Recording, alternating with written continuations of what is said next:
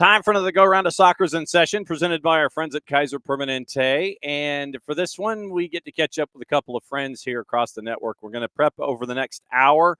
We're going to go through how things are with rankings. We're going to go with surprises and anything that is going on in and around all of boys and girls soccer here in the state of Georgia. Have a couple of guests lined up. Heather Richardson, the head coach on the girls side at Social Circle, is going to join us at 12:45. But since we are officially in a no dilly, no dally zone, we're going to rock and roll here. And the man believes in the Tom Coughlin school of arrivals and getting ready for practice and all that kind of stuff. Tom Coughlin, for those of you of a certain vintage, you know what I'm talking about. For those not of a certain vintage, here's how Tom Coughlin, the former head coach of the New York Giants and the Jacksonville Jaguars, would operate. He would tell his players that if you are 5 minutes early to a meeting time, you are on time. If you are there for the exact time that the meeting is supposed to start, you're late. If you're 5 minutes late, the door is closed and you can't get in. So the head coach at Hebron Christian, Chad Griffin, who I've known for quite some time in various and sundry locales and positions, he got into the green room literally at 5 minutes to the hour. He was 5 minutes early. He has properly hydrated, because I can see him in the green room. He has properly hydrated. He's ready to go. He's ready to talk about Hebron Christian and everything that's going on there, because it's going to be a bit of a deep dive into Hebron Christian and a bit of a fact-finding mission as well. So I bring in friend of the network, friend of the show, Chad Griffin. And Chad, as always, are you properly hydrated, sir? Are you ready to go in this no dilly, no dally zone? Yes, got my Diet Mountain Dew, as always. Diet? Man, I can't handle the amount of sugar that's in. God, my stomach can't take it anymore. I switched to unleaded several years ago. My stomach just cannot handle the leaded version. I guess it's just the oldness of me, I guess. But hey, it's still Mountain Dew though. It's still Mountain Dew, but it is the unleaded version. It tastes like the container that it's in. I'm telling you, man. Like the first 3 or 4 sips of it, to me is like the best of it. And I just gotta crack a new one. All right. Okay. I do love it, but man, so growing up in North Carolina, I was a Sun Drop guy. Okay. And I thought you were a Cheerwine guy, but okay. I do. I mean, Cheerwine is heart of Gaston County. You know, it's where it was founded, and so. But I was a Sun Drop guy. I think everybody that grows up around Gastonia and Charlotte are.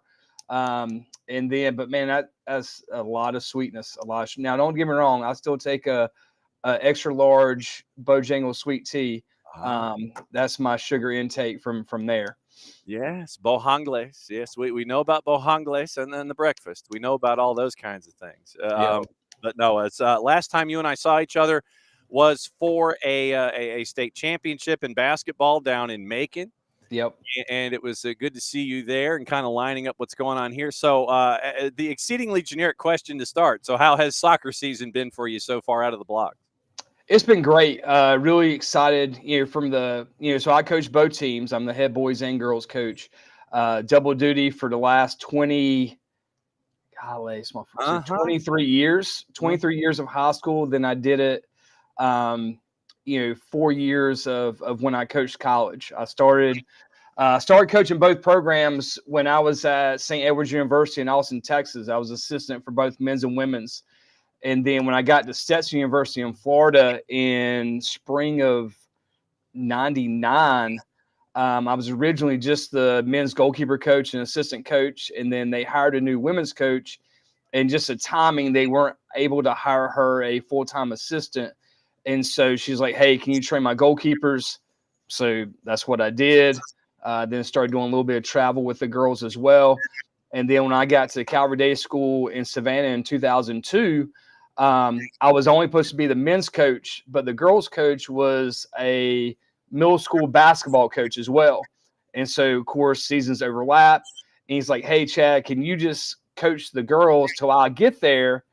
And then he gets out there. He's like, hey, I tell you what, why don't you just coach both and I'll be your assistant for both. And that's the way it's been that's the way it ran for my 19 years at Calvary. And then I got here, same thing to Hebron. I was only supposed to be the boys coach.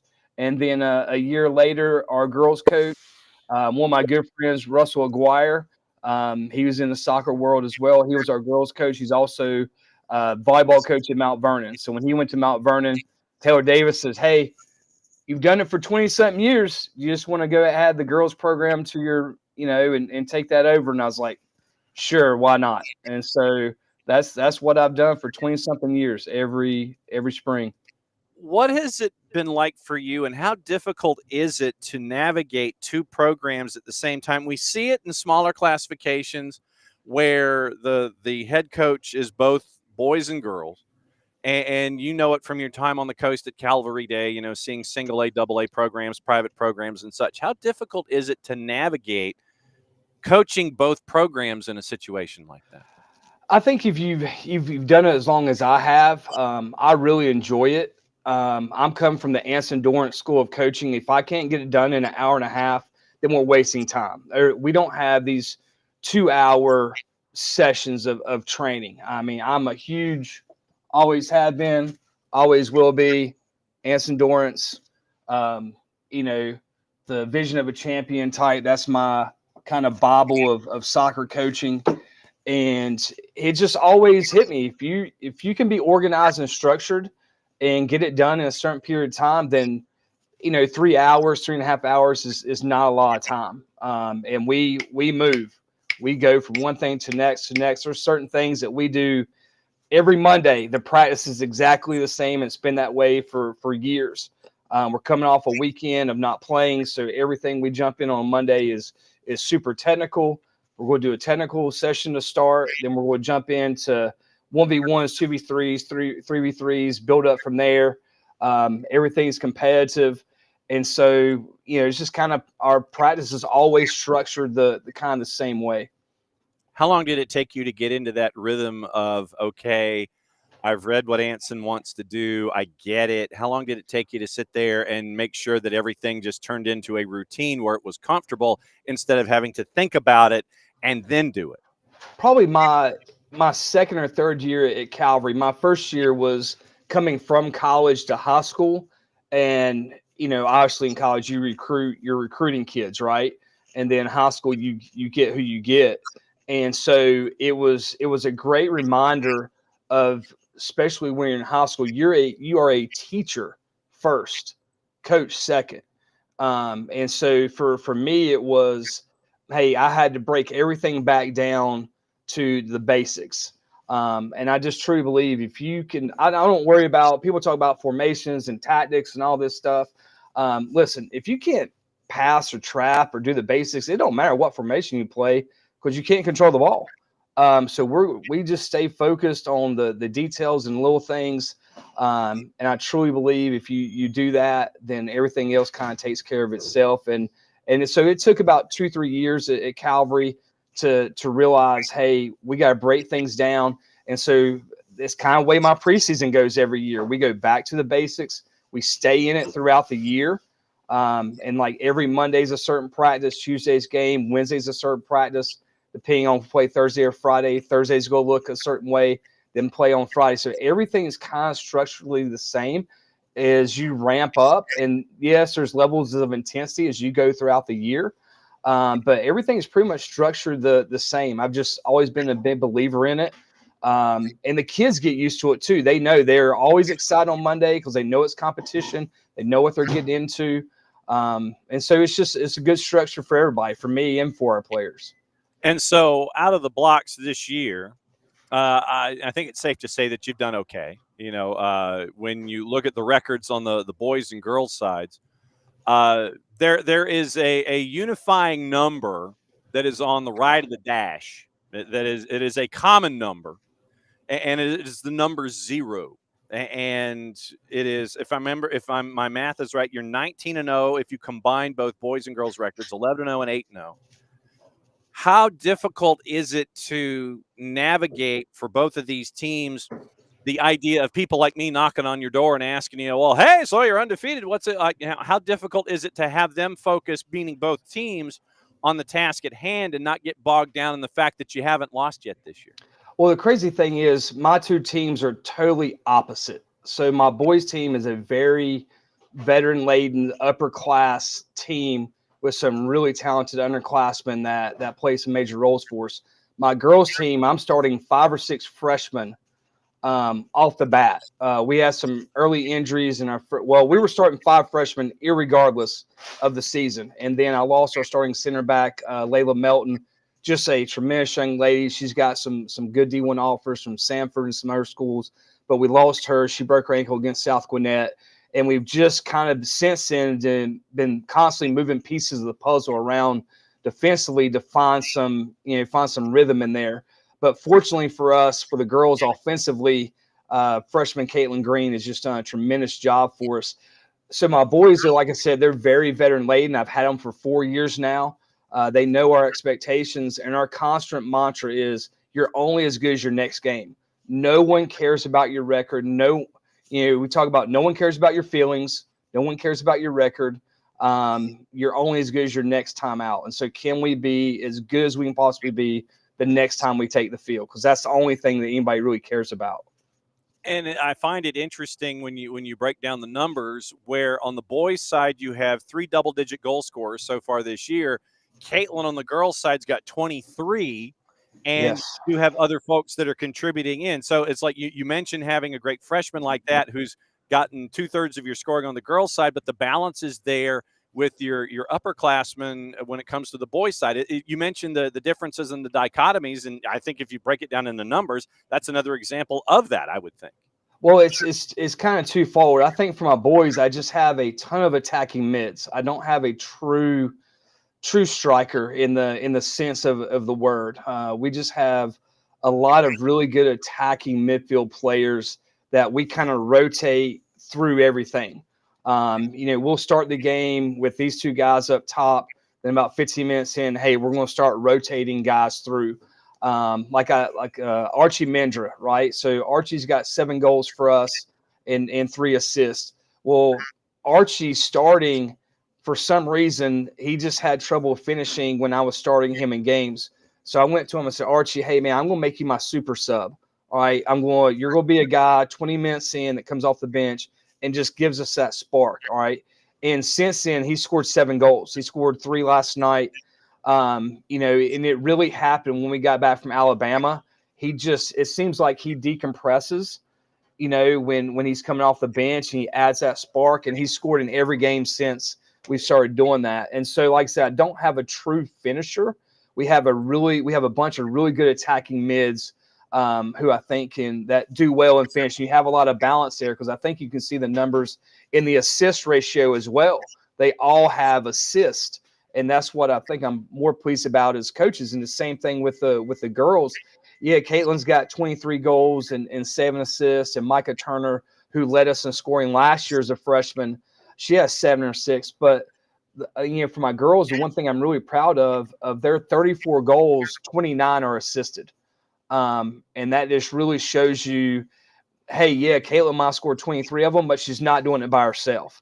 We're moving the ball and finding space for her to be able to attack, and she is a great finisher. And she is a true striker and finisher in those words. Boys' side, it's 57 goals scored in the 11 matches, so that's almost an average of 6 per. And you've only given up 4 so far. Obviously, that speaks a lot to your defense. Brag on your defense on the boys' side a little bit for me. Yeah, so Adam Locke's our center back. We play like a 3-5-2. So I put a lot on Adam, our center back, and he's a 4-year starter. He was an outside back for us for his first 2 years, and last year he kind of had to take over that center back role. He's a super technical kid. He's got good size. He's about 6 foot, real solid, got good speed.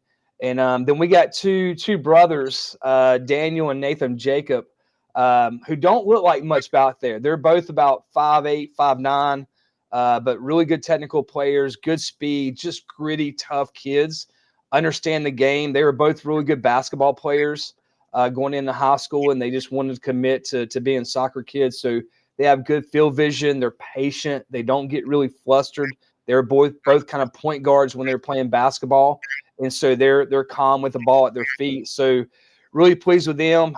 Cam Eblin has been our starting goalkeeper for the last 2 years. He was just dynamic last year in our run through the region and through the state championship. He's had a bit of a hamstring issue, but he'll continue to be our guy. So we had a sophomore, Chase Gray, who has stepped in the last 4 or 5 matches for us and really done a good job. But yeah, I couldn't be more pleased with the defense and what they do and how they manage things. And we will go as far as they'll take us. It really is. We'll get tested some, especially in the back, but they're growing and getting more confident. But they're all starters. Adam started, like I said, for 4 years. Nathan's a sophomore. He started last year as a freshman, and his brother Daniel is now a 3-year starter in the back as well. Chad Griffin, the head coach of the boys team at Hebron Christian, and Chad Griffin, the head coach of the girls team at Hebron Christian, hanging out with us. So we get a 2-2-2 coaches in one hanging out here to start things off with Soccer's in Session. What did you learn about yourself on the boys' side with the road trip to Alabama? One, I just love taking a trip so the guys can just be together, right? Get them out of Atlanta, go play someone different. I just really felt with A through 3A private, I didn't want to really stay in Metro Atlanta and keep seeing each other that we're going to see in the state playoffs again. And so the head coach at Florence, Alabama, he had posted on this group me that the Georgia soccer coaches have, say, hey, looking for someone to come to Florence to play in this tournament. We'd love to have a Metro Atlanta team. And I was like, let's go. We'll do it. We'll go over there. It was a lot. It was 3 games in basically 28 hours, which was a lot on our guys. But they did a great job, and I was real pleased with them. And it was good. Get out, go, go play other places. They were tremendous hosts, solid teams. We didn't get to play the Florence game. That would have really been the game to play. I think they lost last year in their 7A semifinals or state championship. But yes, it was a great trip, and just get out of Atlanta and see somebody different. How difficult is it for you to schedule non-region games? And this is a question that I ask a lot for teams that are very, very successful and consistently are making deep runs in playoffs. Doesn't matter if it's a boys' side or a girls' side. How difficult is it for you to schedule non-region games because of what you've been able to set up there at Hebron Christian? It's getting harder. It wasn't hard my first year. I came into it with Russell had set me up with the guys because he'd already made the schedule. I had Berkmar, Meadow Creek, you name it, and plus my region then was Wesleyan, Holy Innocents, AIS. I was like in a group of death my first year up here, and I had this group of seniors were freshmen, so we were really young. But they were talented, and I knew if we could just get some buy-in on what we're trying to do, we would be successful. And we've gone from, not making state playoffs their first year, then their sophomore year, we're in the semifinals. Last year, we lose in double overtime. And of course, this year, hey, you're back to A through 3A private, which, man, I don't think there's going to be any round that's going to be a gimme. You talk about that region with AIS and Whitfield Academy and Wesleyan and Holy Innocents. And there's going to be 12 teams out of that region. I swear there's going to be ranked between probably 4 and 17. It's going to be brutal. And we played Whitfield Academy. We've played them last couple years because both of us wanted to kind of see where we stood in kind of the private realm. And so it was a great atmosphere. It felt like a semifinal atmosphere when we played them here last Tuesday, and it was great. Both set of coaches were great. Everybody was great. Glad we played the game, and because we needed to feel that. And we'll see at the end of the season. We played Tequila as well. That's why we put that on the back end, because we need to see speed and athleticism like that before we get into the state playoffs. But yeah, it's gotten harder the last year or two for sure. And it was 2-1 wins on both sides going up against Whitfield back on the 11th. Wins against George Walton were last night. Now you've got a couple of days to kind of sit there and catch your breath a little bit before East Jackson. But the reason that I asked, and this is the fact-finding part of things, and you mentioned trying to find opponents. We had Jeremy Moore, the head coach of Toombs, on in a previous week. And he mentioned that on my guy. January, because of your relationship down on the coast, January, February, March, April. So April 3rd, it is a doubleheader where Toombs, he said, look, it's spring break for us. I was trying to find an opponent, and so we're going to Hebron Christian. And so Toombs is coming to Hebron on April the 3rd for a doubleheader, and I know that you've got that one circled for a couple of different reasons. Man, I tell you, talking about Jeremy and I have coached just like this for the same amount of time as he's been at Toombs. Maybe my first couple years he wasn't the head coach, but for I feel like the last forever in a day he's been doing the same roles that I have, and so we just have mutual respect for each other. I think we're close friends. We're able to text and call and really kind of lean on each other. Especially last year, we were both making our state championship runs, and I was so excited for him and the Toombs community. That community is close to my heart because of Mark Stroud, our former head football coach at Calvary. Jeremy Moore, who's also there. I really love that community. It's all about athletics, and I love Coach Moore, and I was so excited for him. But he does the same thing. He coaches both, and he coaches cross country in the fall. So, and I coach girls flag. So we're all on the same parallel of the time and effort. So I'm super excited that he's coming up. Just looking forward to the fellowship with him in Toombs County as well. So then I posed a question to you, and I'll let you go because you've got like lunch and things. Nah, you're good, man. So if I was to pose a question to you on behalf of the network, where if you were posed with the idea that we would be interested in having your matches on our audio stream and on our audio platforms on January, February, March, April 3rd, where Toombs County is traveling to Hebron Christian, could the two boys and girls coaches for Hebron Christian and Toombs County, do you think that would be something that they would be amenable to? Oh, yes, sir, without a doubt. Write it down. Put it in ink. We're there. So what I will do is catch up with your AD Taylor Davis and sit there and say, I'll put my hand in the air like I do care and go like, we'd like to broadcast the games on April 3rd on our audio platform and hang out with you. It's great to catch up with you, my friend, and As it's great always. to see you, and it'll be good to see you as of right now. Looking forward to coming up and catching up with all of you on January, February, March, April 3rd when Hebron Christian hosts Toombs County. Fantastic start to the season, 11-0 and 8-0, and it's always great to catch up with you. You know you can crash at any time. We'll talk stuff. That's the official term. Chad, it's great to see you, my friend. We'll catch up soon. John, just think what you do for high school athletics and just overall, man. I just love what you do and what you mean to us in the sports community. So thanks again. Appreciate you. We'll see you soon. Go enjoy your lunch and continue to be hydrated with that Diet Mountain Dew. I can't believe Diet Mountain Dew. I'll have some leaded for you when you get here on the 3rd. Oh, that's fantastic. All right, be safe, my friend. We'll see you soon. Hey, there's a Waffle House across the street for post-game. Oh, man, that's fantastic. Now I really do have to come. We'll see you in a bit. All right, man. Thanks. All right, there goes Chad. See, now Chad is taunting me now. He taunts me with Mountain Dew and Waffle House. You see how this works? Mountain Dew and Waffle House, and he taunts me with this. So, okay, so as of right now, we have, and this was, when we were looking at the schedule after we caught up with Jeremy, it was literally like, okay, so we have, we're trying to figure out what we're doing, and then all of a sudden we see, Toombs and Hebron Christian on the 3rd of January, February, March, April, and we're like, ooh, fireworks, light bulbs, the whole thing.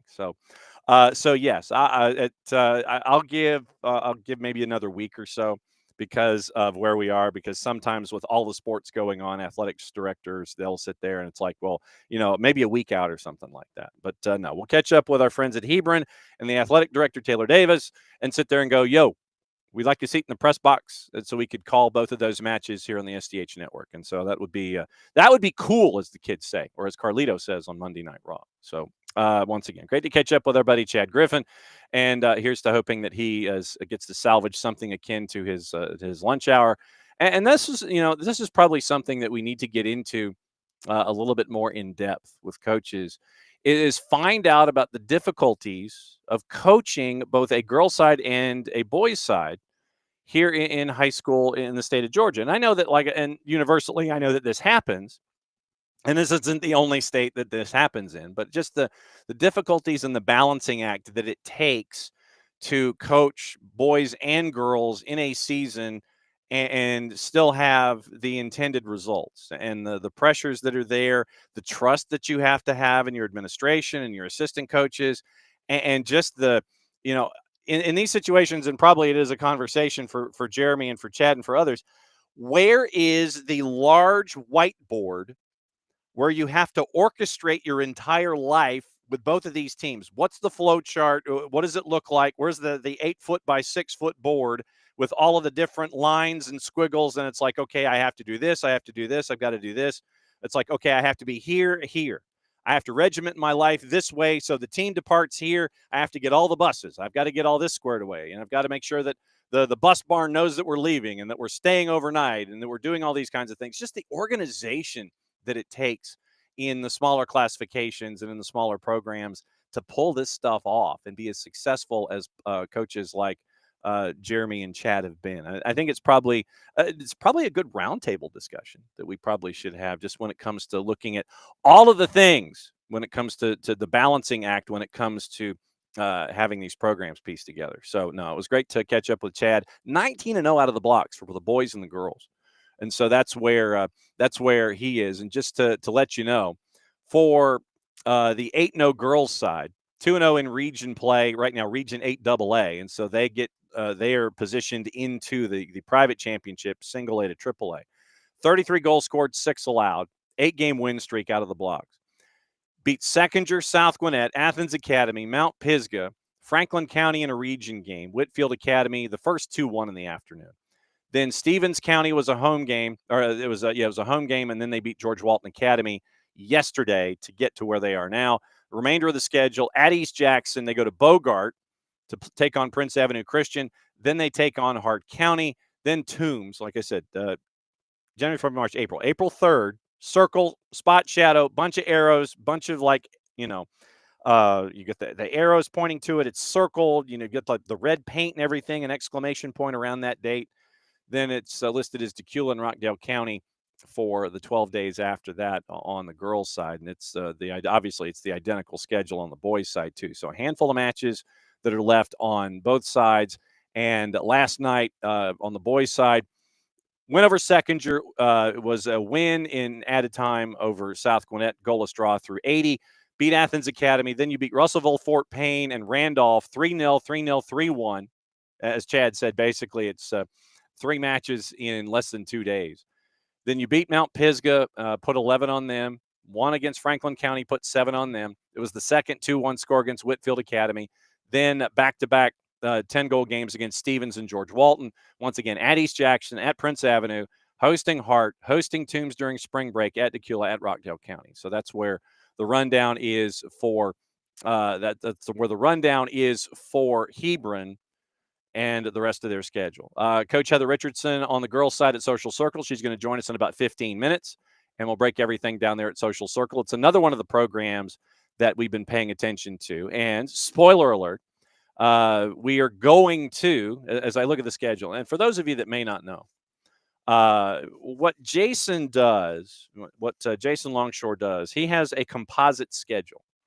He has a composite schedule that he pieces together before everything. And he's started piecing the schedule together before the end of the calendar year. We talk about organization and being a boys coach and a girls coach.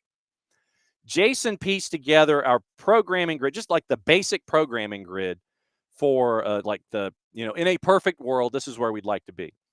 So between January 25th, which was the first date on this grid, and October the 18th. And literally, he pieced this together like late December, early January. 4 pages. Small print. Let me turn it so you can see it. So small print, 4 pages, and that's the grid.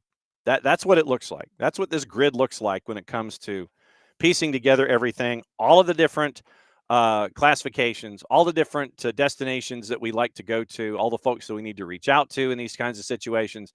MLS Next Pro, it is WPSL, it is Atlanta United, it is high school, and it is 4 pages long going from January 25th to the middle of October. 4 pages. So that's where we are when it comes to organization. Like I said, when it comes to doing boys and girls and plotting and being the coach for all of it, I imagine that it's probably about the same. So that's part of the education that we get when it comes to just kind of being everywhere. Just to give you an update as to where we are going to be next week actually Friday. Sorry, Friday. I mean, because Friday is before next week.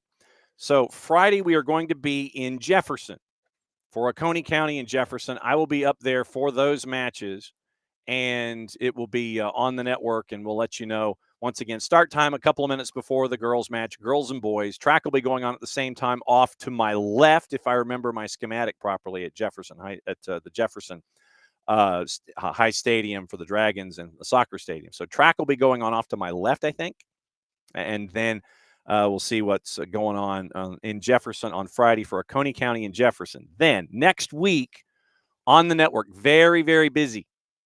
Very, very busy. In addition to the morning show, here's what's next week. So the 24th, which is Monday. See, I have to live off of 4 calendars. For those of you that don't know, I have 4 calendars here in the office that I have to live on. Jason's schematic, my ring binder calendar, the bank calendar, that you would always get, like, when you were a kid and you go into the bank and you had the guy that had the calendar under glass. Have one of those. I have that right here. And then you have the ring binder notebook, which I have, and that tells me, my guests, when I'm supposed to be recording things, when I'm supposed to be talking. Then I have the calendar that's on the fridge in the kitchen, because, like when you have an idea, you have a brainstorm, say, 2 or 3 o'clock in the morning, or when someone below the desk here wishes to go out. And we all know that the Rowdy Man is the boss of both me and the boss, the wife, Patty, for those of you that have not seen the fathead that is here that we added to the office recently. So the Rowdy Man is hanging out below camera level. He always does.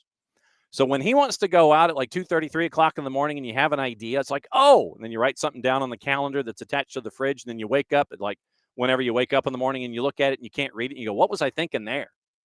I've got that calendar. So the calendar on the fridge, the ring binder notebook to take care of the daily shows, the bank calendar that we have here, and then the 12-month planner. That's what I have. I don't know what coaches have.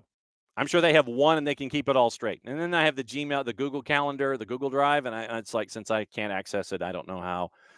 It's the one I access last because it has to do with technology. But anyway, next week, after Oconee County and Jefferson, it is FC Cincinnati and Atlanta United. That's on Saturday, and Maddie will be in studio with Abe Gordon at 92.9 The Game on the Odyssey app. It's the first kickoff on Saturday, so Maddie and Abe Gordon will do pre and post on Saturday with Atlanta United and FC Cincinnati. The twos have the weekend off. Monday, Putnam County and Social Circle. We'll catch up with Coach Richardson and find out about her season to date, and we'll catch up with her coming up in about 12 minutes. And we'll break everything down there with her. Then on Tuesday, we travel to Kennesaw Mountain for New Manchester and Kennesaw Mountain. Then on Thursday, we get a day off as the region schedule starts to wind down. Warner Robins and Perry, and this is going to be a fun one. We caught up with Coach Dooley down at Perry when we came back with you. 4 Soccer is in session here for 2025, and he's another one that keeps an eye on both programs down at Perry. So Warner Robins and Perry, great Middle Georgia rivalry. We'll be down there for that one on Thursday, the 27th, and then back up to the Dave Hunter Athletic Complex in Brookwood Community Stadium on the 28th. So a week from Friday, Parkview and Brookwood will be on the network, boys and girls, so we'll have that as well. So this Friday, Oconee County and Jefferson. Monday, it is Putnam County and Social Circle. Tuesday, New Manchester and Kennesaw Mountain. Thursday, Warner Robins and Perry. Friday, Parkview and Brookwood. Saturday, it is once again the 29th, Atlanta United and NYC.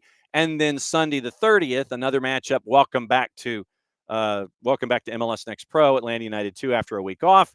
And you get Chattanooga FC coming to the Fraction. And so that is at 7:30 on Sunday night, the 30th. And then that gets us into April. And that gets us into the final 3 weeks of the regular season involving high school soccer. So that's where we are with all of the grid. Once again, Heather Richardson, head coach at Social Circle on the girls' side, set to join us in about 10 minutes. Now, let's go over the rankings and let you know, according to our friends at Scoreboard, how things are right now on the boys' side. Then we'll go to the girls' side and let you know. 6A, once again, the most recent poll, Archer out of the blocks at 11-0. Norcross unbeaten 9-0-1. Harrison is at third. Lambert, we've had them on our air already. They're 8-3. Marietta's at number 5. DeCulic, Grayson, Collins Hill, Carrollton, and North Atlanta. That wraps up your top 10 in 6A boys. 5A boys, River Ridge, run the table so far. They're at 10-0. McIntosh at 12-1. Their one loss was to Dalton. We had that matchup on the network during a winter break. Johns Creek, we've had them on the network a couple times. They're at number 3. Sprayberry's 4. Lassiter 5. Clark Central at 6. Gainesville, we had their matchup against North Gwinnett on the network. They're at number 7. Alexander Woodward Academy and Milton is the rundown in 5A. And this is the scoreboard the top 10s. Quad A poll. Dalton has run the table so far. They're at 10-0. Westminster is at 7-2. Marist, Pius, BT, Perry's boys at number 6 at 10-1. Pace, Clarkston, Cedartown, and Druid Hills. Clarkston and Druid Hills. That was a great DeKalb derby that we had on earlier in the week from Adams Stadium on Monday Night Football. Clarkston right now 6-0. Druid Hills is at 7-3. And Clarkston and Druid Hills, very, very chippy matchup. And we got to broadcast both the boys and the girls matchups on the network. And we're still waiting for some information from the girls matchup. And when we get a definitive decision from the county, we'll let you know about some news that might be attached to that particular game. AAA boys top 10. Northwest Whitfield at number 1, Oconee County number 2, Whitewater, Johnson, Gainesville, Chestatee, West Lawrence at 9-1. Islands, LaGrange, Jefferson, and Monroe area. That is your AAA poll. The private A boys poll, AAA to single A, Hebron Christian, Providence Christian, at AIS, GAC, Savannah Country Day, Landmark, Whitfield, Wesleyan, Paideia, and Mount Vernon. AA in boys. Columbus out of the blocks at 8-2. Morgan County at 6-2. Callaway at 8-4. Pierce County, Pike, Appling, Savannah Arts, North Murray, Hart County, and Crisp. That's your top 10 in AA. Class A Division 1. Thomasville at 8-4. Toombs, Model, Jasper County, Jeff Davis at number 5. Bremen at 6. Putnam, Lamar, Swainsboro, and Ace Charter. Then Class A Division 2, GMC Prep at 8-1. Metter, we'll try and track them down in future weeks. We are going to have Kai Uchimura, by the way, on the show next week. They're in SATs this week with Druid Hills, so we'll have Kai Uchimura from Druid Hills on next week. Metter's at number 2 after GMC Prep in Class A Division 2. Dooley, Atco, Towns. We'll try and catch up and see how things are up in the mountains. Lake Oconee Academy, Tryon, Lincoln County, Atlanta Classical, and Macon County is your top 10. Lincoln County, we've caught up with the coaches there, and we even had the Washington Wilkes games on the network earlier this year, and that one was a fun one as well. So that's your boys rundown in Georgia according to the scoreboard poll. Now on the girls' side, once again in 6A, Buford, Brookwood, 10-0, 11-0, West Forsyth, Walton, Harrison, Lambert, North Gwinnett, Campbell, Hillgrove, North Atlanta. That's your 6A top 10.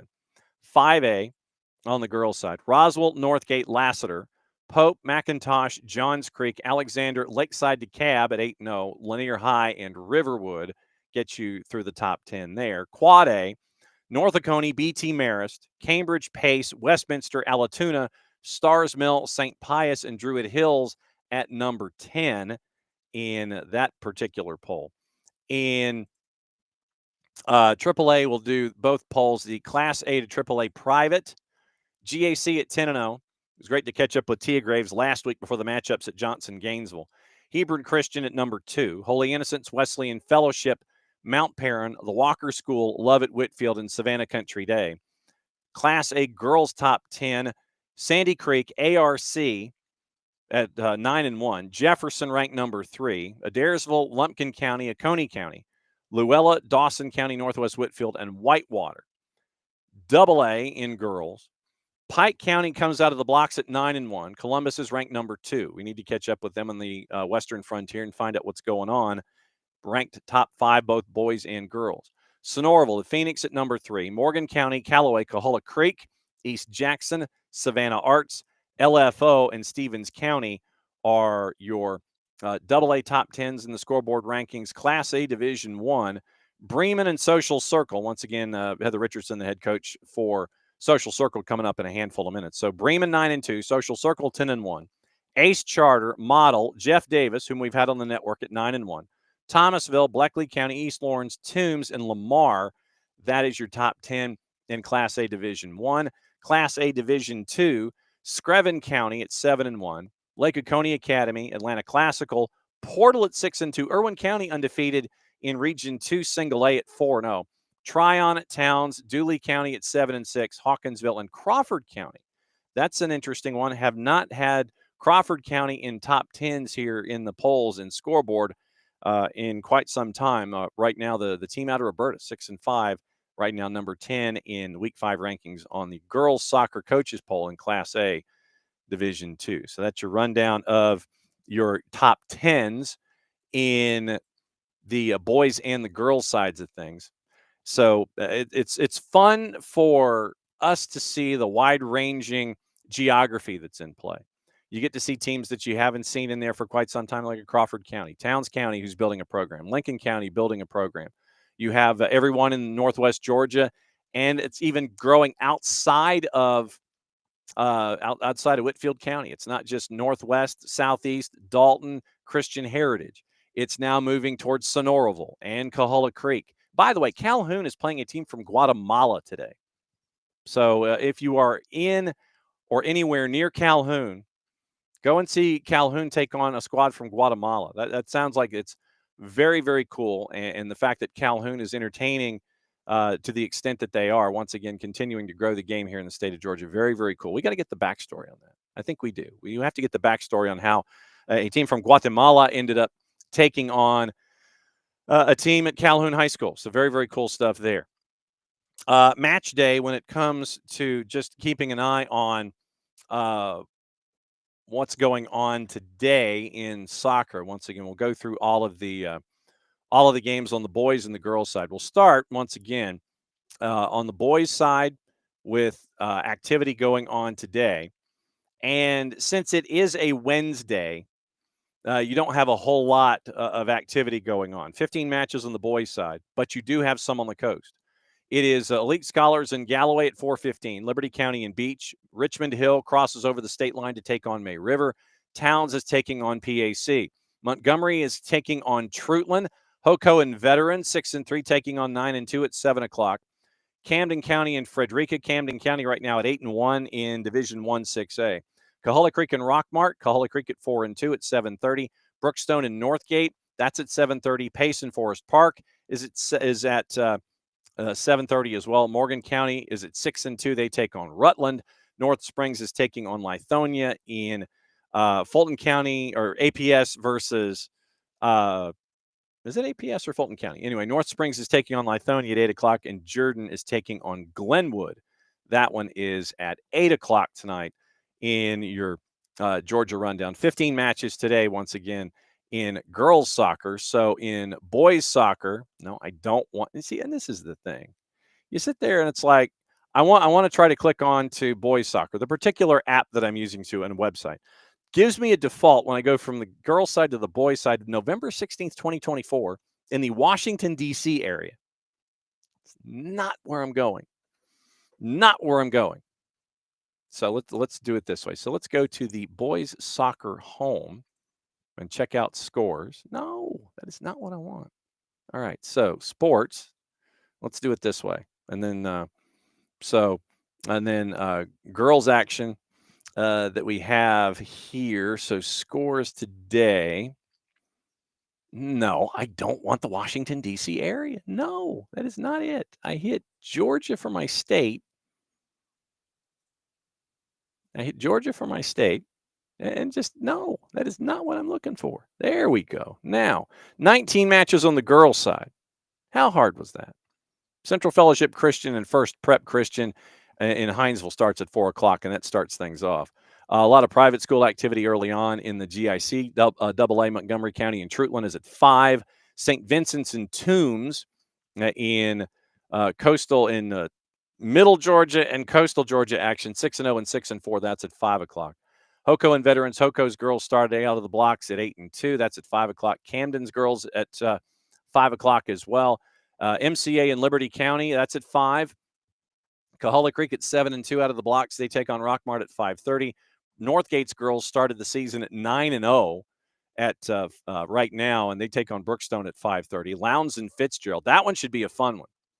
Lowndes at 8-4. Fitzgerald at 5-5 at a non-region matchup at 5:30.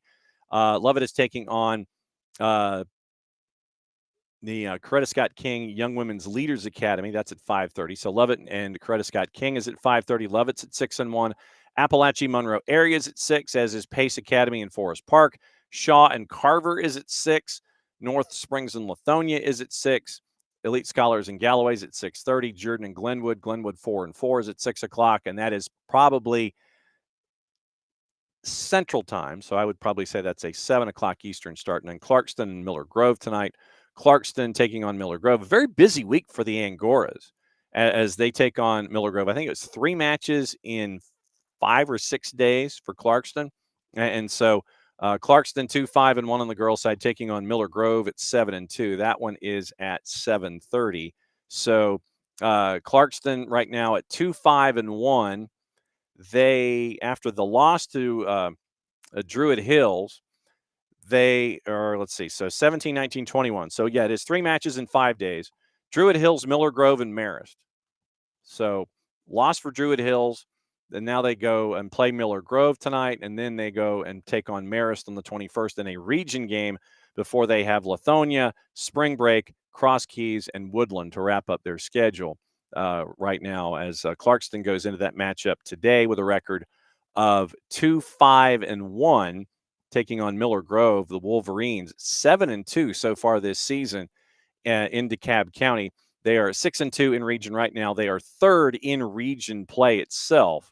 And so they are trying to secure themselves a postseason playoff berth with the record that they currently have, and probably another couple of wins here and there in region, and they should be in decent shape in the region that they are in Region 6 AA. Miller Grove right now is 3rd, and there is a bit of a line of demarcation in Region 6 AA. Drew Charter at 5-0, Salem 5-1, Miller Grove at 6-2.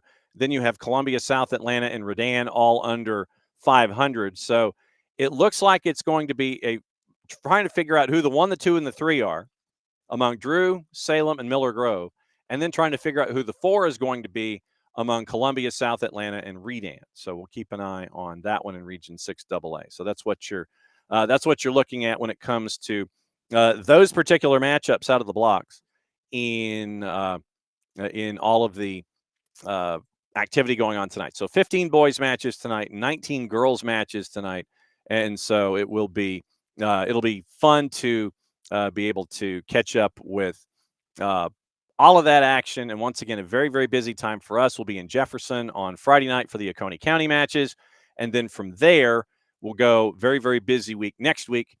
Okay, so Coach Richardson is having login issues. That is odd. Okay. Let's see. Trying to troubleshoot here while we're on the air. That's very strange. So what I'll do is I'll send the link again.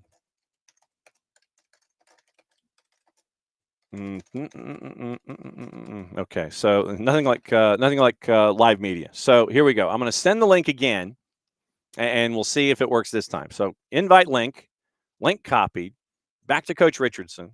So here we go. There. No. Well, is it? Okay, so let me do this. All right, so here, copy invite link copied. Let's try this. So if we try that, that's a little more truncated than before. So let's see if we can. All right, so I've sent the link again to Coach Richardson. So we'll see what happens. That's weird. That is very weird. That the link invite, traditionally what it is. The link that traditionally what it is not functioning. That's not very nice. That is not very nice. And Shooter, it's good to see you, even though that it is noon. It's like the noon hour. This is our high school show that we do on Wednesdays or Thursdays, depending on travel. So we're here talking high school soccer in the state of Georgia, and a lot of teams that are ranked nationally, and it's our chance to kind of spread our wings a little bit here as we get to sit here and figure out, okay, what's going on in the world of high school soccer. So this is what we're doing today. And Shooter likes to talk about his New England Revolution. Shooter, we still do have the morning show from 9:05 till 11 whenever. And we actually talked about Caleb Porter this morning, as a matter of fact, when it came to what was going on there in New England. So sending the small link worked. I don't know what it was. So we'll find out with Coach Richardson. Coach, great to see you. Thanks for thanks for coming by and dealing with the technology. I have my problems too. No problem. I understand. Oh, it's all good. Thanks for coming by, especially here on your lunch hour and dealing with technology. Uh, I know that it'll be good to see you next week when we come out there for the first time to see the boys and the girls teams take on Putnam County. Right now, the season, I know your expectations are always high, and so you look at where things are with you right now in social circle. So 10-1, 7-0 in region. No real surprise there. When you look at the schedule through the first 11 matches, what have you seen? I've seen us improve. We've done well starting from the beginning. You know, every season is a new season with a new group of girls. We graduated 4 seniors last year, so just putting everything together, and I feel like we've gotten better every single game. Um, we had one loss in there where we learned a lot from that, so that was good to have.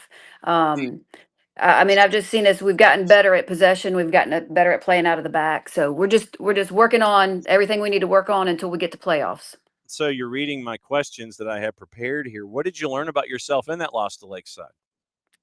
Well, I learned we definitely aren't where we need to be yet, and play in bigger schools like that show us the things that we need to work on as a team to get to where they are. So that's what we do in practice after we have a game like that.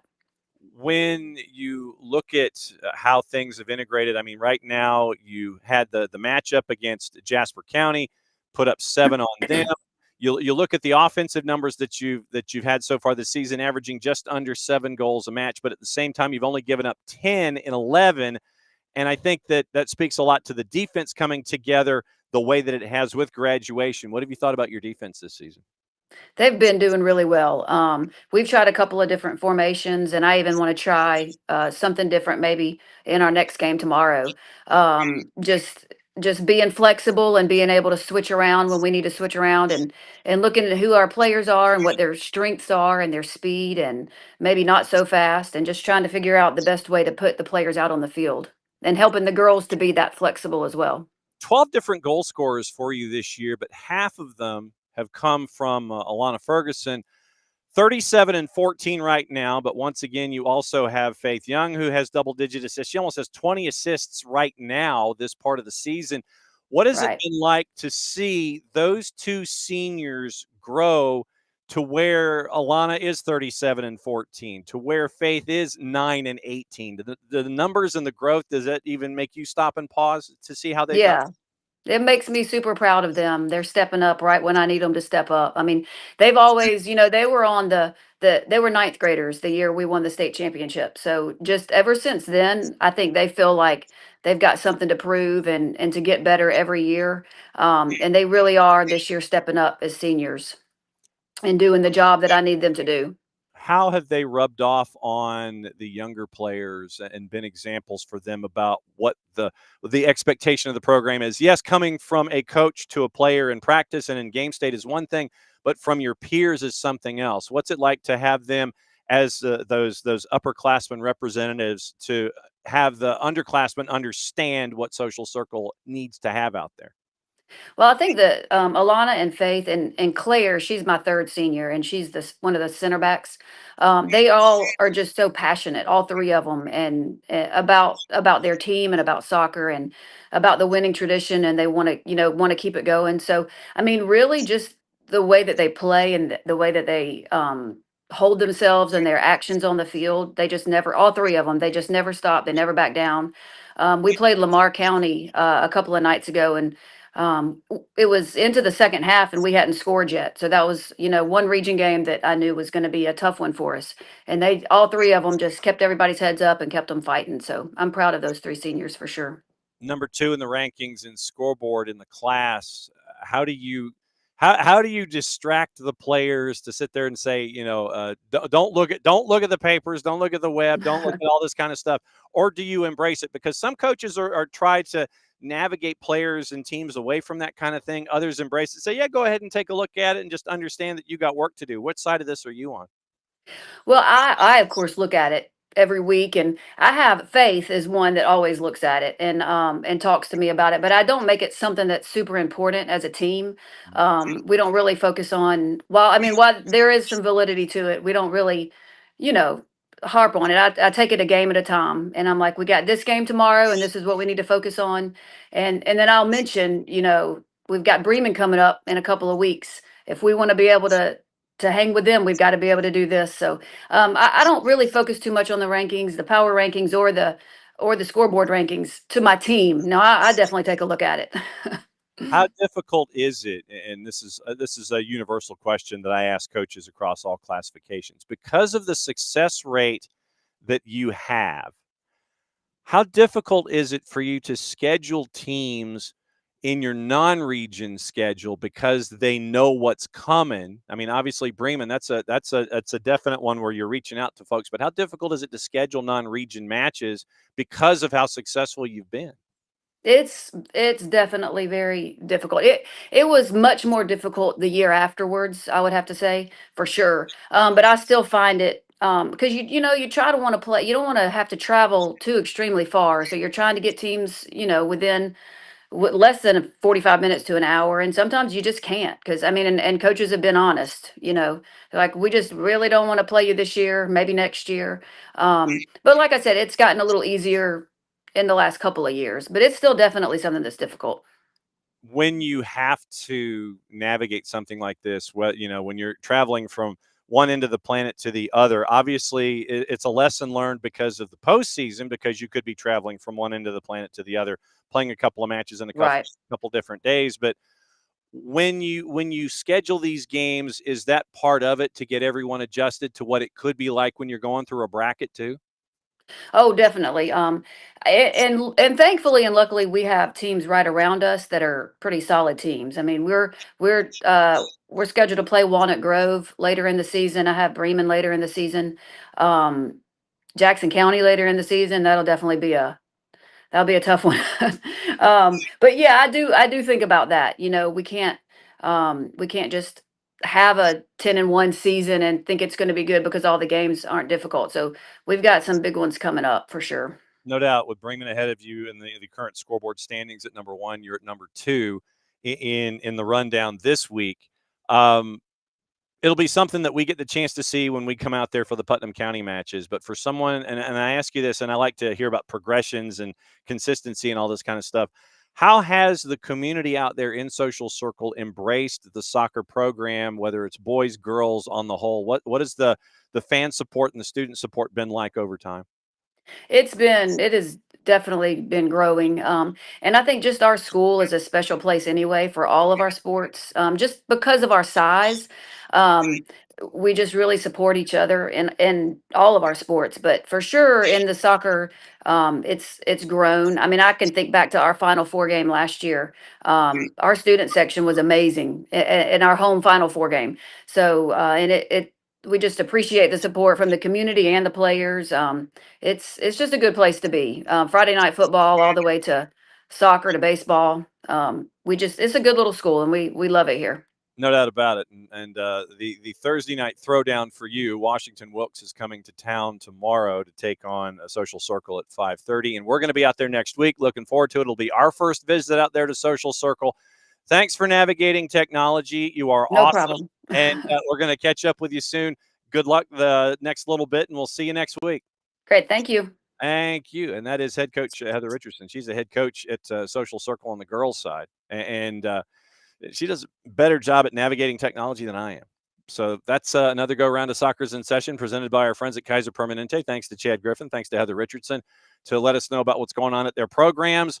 On the boys and girls side at Hebron Christian, on the girls side at Social Circle, really looking forward to it. And once again, Putnam County, Social Circle on the network next week. We'll be out there. But Washington Wilkes, who we've had on the network when they played Lincoln County, is going to Social Circle tomorrow.